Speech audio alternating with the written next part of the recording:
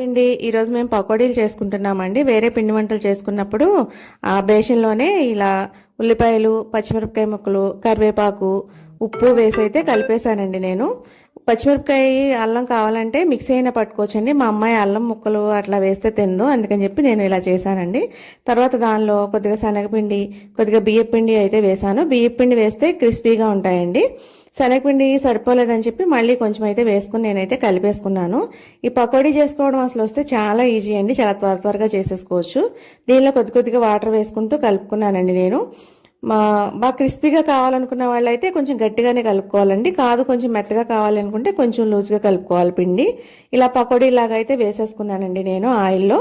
తర్వాత దీన్ని వేయించుకున్నాను. మేము కొంచెం క్రిస్పీగా కావాలని చెప్పి కొంచెం గట్టిగా వేసుకున్నాము.